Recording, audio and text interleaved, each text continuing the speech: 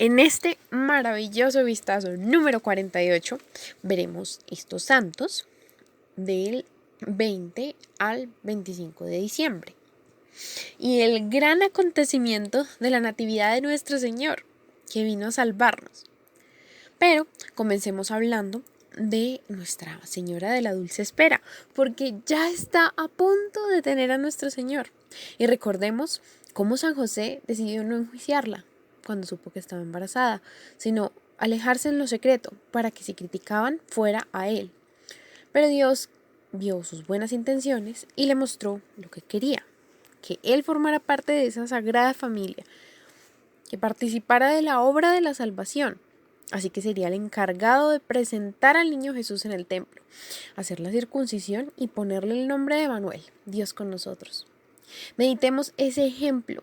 Siendo tan puros, humildes y valientes, tuvieron la gracia de ser los padres de nuestro Salvador.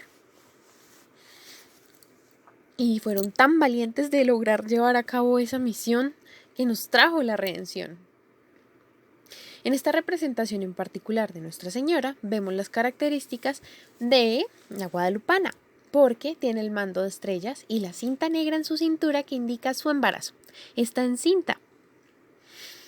Meditemos en estos pocos días que quedan cómo viviría nuestra madre la emoción de la llegada de su hijo, cómo se prepararía para recibirlo, para desearle feliz cumpleaños. Así también nosotros, más allá de estar pensando en comer, en un fiestonón, debemos tener limpio nuestro corazón, para que así el niño Jesús pueda nacer allí. Como dijo en apariciones, por ejemplo, a San Jerónimo, el mejor regalo que le podemos dar son nuestros pecados. Así Él podrá transformarlos en gracia y quitarnos las garras de Satanás. Él es tan bello que hasta eso le parece un regalo, porque entonces podrá Él morar en nosotros y guiarnos hacia lo que realmente nos conviene. No dejemos de lado el sacramento de la confesión, especialmente ahora para terminar el año, porque ahí nos va a escuchar Dios y nos va a aconsejar a través del sacerdote. Bueno, ahora sí, los santos de este vistazo. El 20 iniciamos con Santo Domingo de Silos, que nació en La Rioja, España, cerca del año 1000. Entró de religioso con los padres benedictinos en el famoso monasterio de San Millán de la Cogolla. Y estando allí hizo grandes progresos espirituales, recibiendo del Espíritu Santo la inspiración para interpretar los temas de la revelación divina contenidos en la Sagrada Biblia. Llegó a ser superior del convento y en solo 2 años restauró totalmente aquella construcción que ya estaba deteriorada. Un día llegó el rey de Navarra a exigirle que le entregara los cálices sagrados y lo más valioso que hubiera en el convento para dedicar todo esto a los gastos de guerra. Santo Domingo se le enfrentó valientemente y le dijo: puedes matar al cuerpo y a la carne, hacer sufrir, pero sobre el alma no tienes ningún poder. El Evangelio me lo ha dicho y a él debo creer, que solo al que al infierno puede echar el ama, a eso debo temer. El rey de Navarra, lleno de indignación, desterró al abad Domingo. Al enterarse de lo ocurrido, el rey Fernando I de Castilla lo mandó llamar y le confió el monasterio de Silos, que estaba en un sitio estéril y alejado. Además, se hallaba en estado de total abandono y descuido, tanto en lo material como en lo espiritual. Santo Domingo demostró ser un genio organizador con un talento para la restauración. Levantó un monasterio ideal y formó, entre otras cosas, una biblioteca llena de los mejores libros de ese tiempo, transformando aquella casa en un lugar de trabajo y oración. Santo Domingo de Silos logró liberar a más de 300 cristianos que estaban prisioneros y eran utilizados como esclavos por los musulmanes. Por esta razón se le representa frecuentemente acompañado de hombres con cadenas. Murió el 20 de diciembre del 1073 y todavía se conserva el famoso monasterio de Santo Domingo.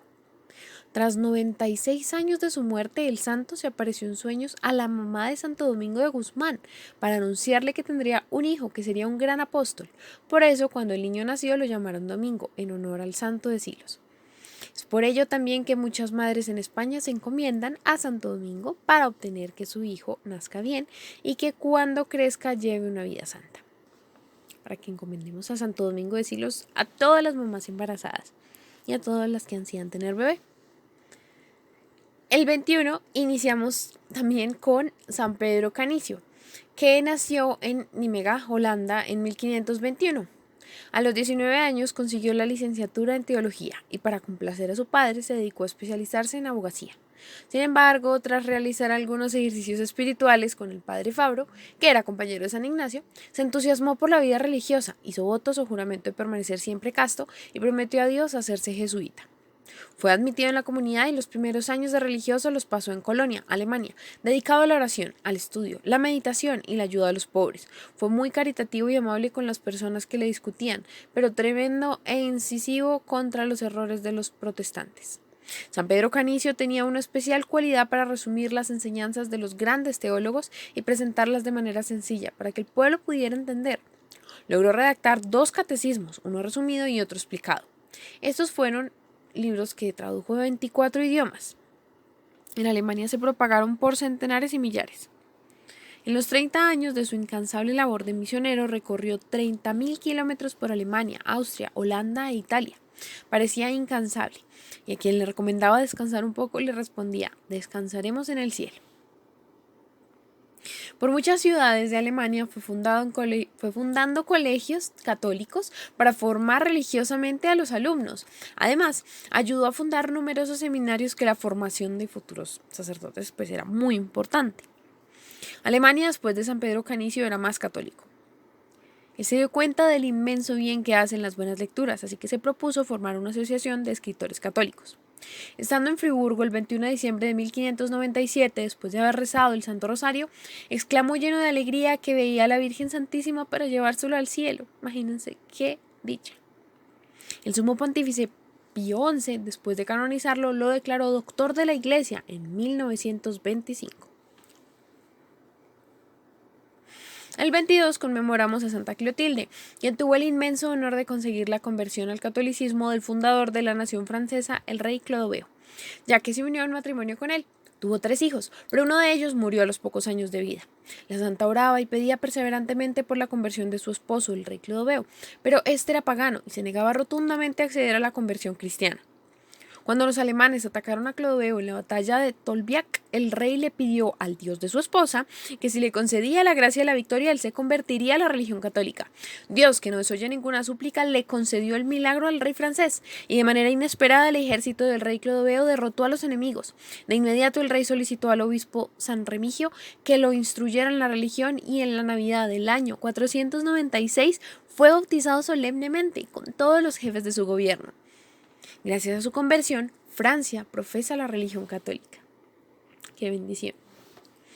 En el año 511 murió Clodoveo. San Gregorio de Tours señala que la reina Clotilde era admirada a causa de su gran generosidad en repartir limosnas y por la pureza de su vida y sus largas y fervorosas oraciones. La gente también afirma que la santa parecía más una religiosa que una reina. Después de la muerte de su esposo, sí vivió como una verdadera religiosa. Se retiró a Tours y allí consagró su vida a la oración y a socorrer pobres enfermos. Cuando murió, sus 2 hijos, Clotario y Childeberto, llevaron su féretro hasta la tumba del rey Clodoveo. El 23 recordamos a San Juan Cancio, que nació en la ciudad de Don, Polonia, en el año 1397. Siendo todavía muy joven, se ordenó sacerdote y fue nombrado profesor de la Universidad de Cracovia.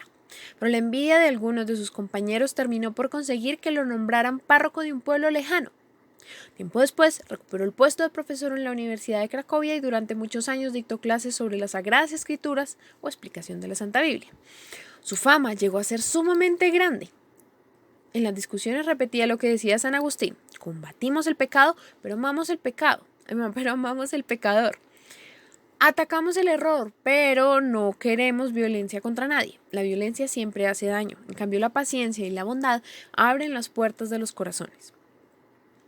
Cuando predicaba acerca del pecado, lloraba al recordar la ingratitud de los pecadores hacia Dios, y la gente al verlo llorar se conmovía y cambiaba de conducta. A sus alumnos les repetía estos consejos: cuídense de ofender, que después es difícil hacer olvidar la ofensa. Eviten murmurar, porque después resulta muy difícil devolver la fama que se ha quitado. Fueron centenares los sacerdotes formados espiritualmente por él, y la gente lo llegó a llamar el padre de los pobres, por sus muchas obras de caridad con los más desvalidos. Murió el 24 de diciembre de 1473. Su sepulcro se obraron muchos milagros y por su intercesión se consiguieron admirables favores. El 24 celebramos a San Viator. Existe una comunidad de religiosos educadores que tienen como santo protector a San Viator, quienes dan este mismo nombre a sus colegios, como el que hay en Bogotá. Cuando era niño, su madre lo presentó al obispo San Justo y le pidió que lo instruyera en la religión. Pronto fue un excelente catequista y aprendió muy bien el arte de escribir en bellas letras, llegando a hacer copias de la Santa Biblia y otros libros religiosos para uso del templo. El obispo San Justo deseaba dedicarse por completo a la vida de oración, penitencia, y dejando la bella ciudad de Lyon, partió hacia el desierto. El obispo se fue sin avisar a nadie, sin embargo, Viator, su secretario, se dio cuenta y lo alcanzó por el camino. Obtuvo que lo dejara irse con él. Para ver si eran capaces de resistir la vida tan dura de los religiosos del desierto, fueron sometidos a duras pruebas antes de ser admitidos. El obispo Justo tejía canastos y el joven Viator se dedicaba a copiar con su hermosa letra los libros sagrados.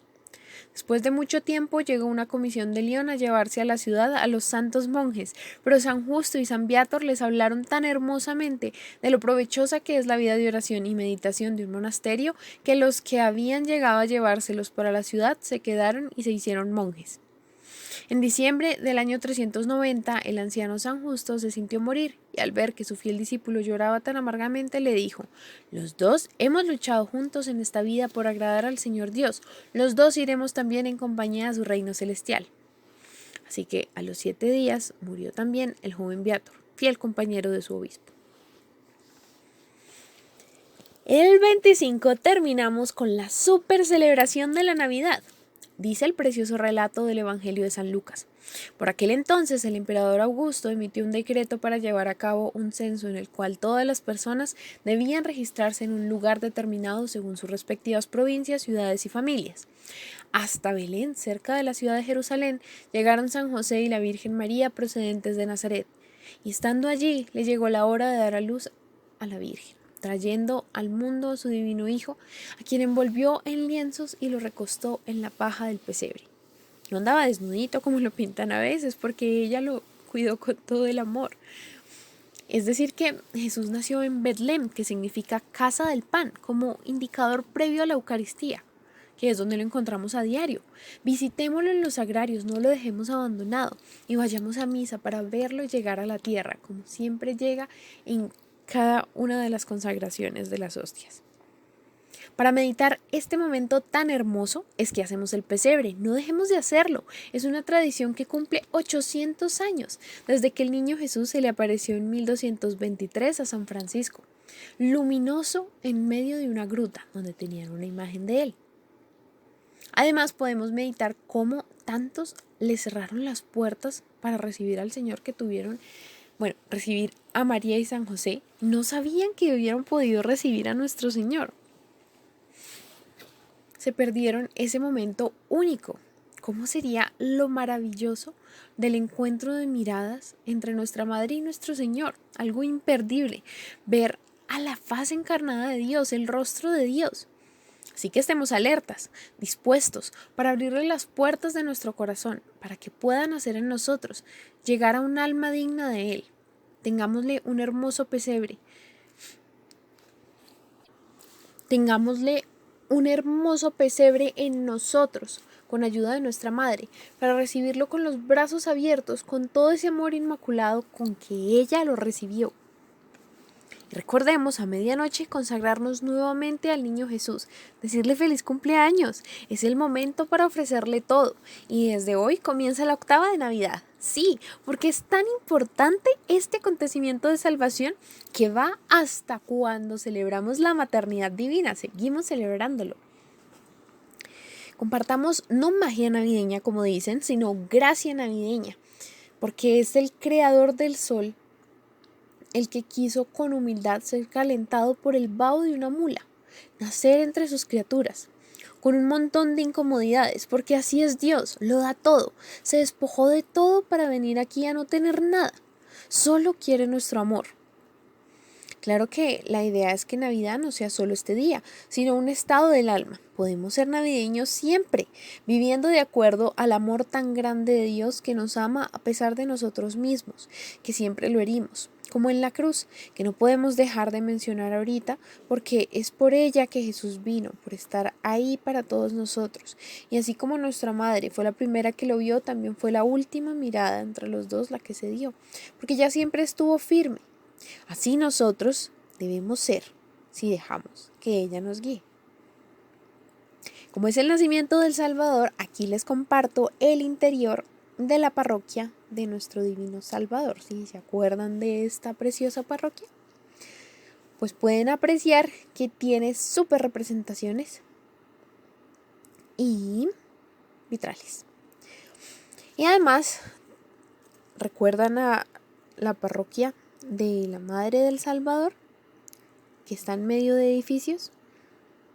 Bueno, también este es su interior, súper acogedor, para que no se lo pierdan y algún día puedan ir a conocerlos en Bogotá, Colombia. Muchas gracias por terminar esta Navidad con el vistazo. Dios los bendiga muchísimo junto a sus familias.